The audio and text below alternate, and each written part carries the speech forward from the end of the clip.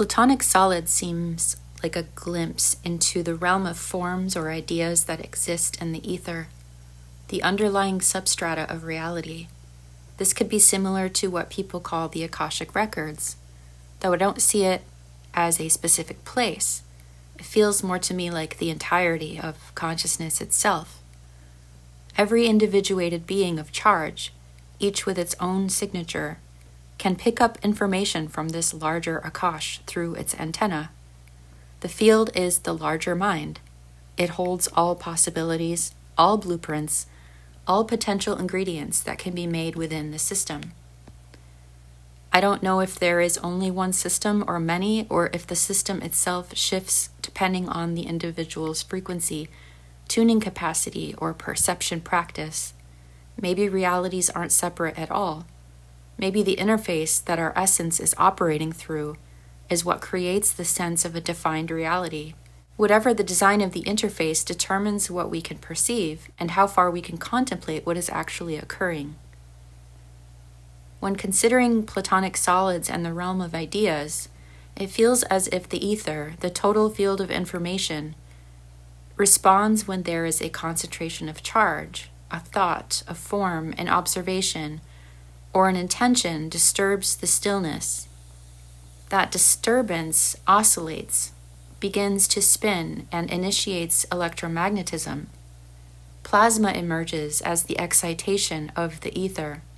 Plasma is the vehicle for spirit, and as it gains charge, it organizes itself.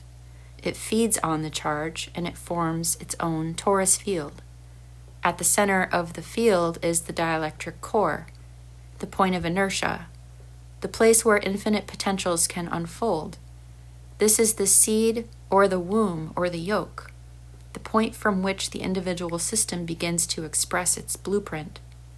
The blueprint seems to come from the Akash, one of the many possible patterns or ingredients available. So whether it is random or intentional, once the plasma begins its organization, it unfolds into that pattern. It becomes an individual. The initial plasma discharges that we see from this density reveal the architecture of possible creations.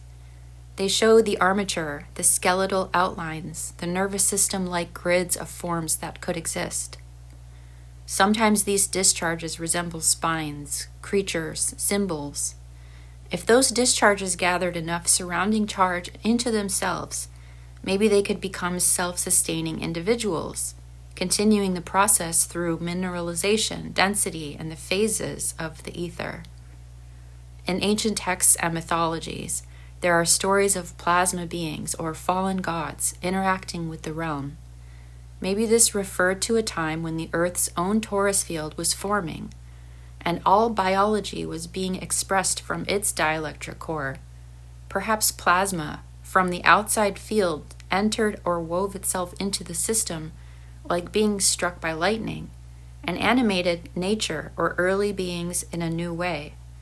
More charge equals more animation. More plasma equals more capacity for spirit. If the Earth continually pulls in plasma through its larger toroidal field, then the realm becomes more electrified over time. A more electrified realm is a more spiritually connected realm.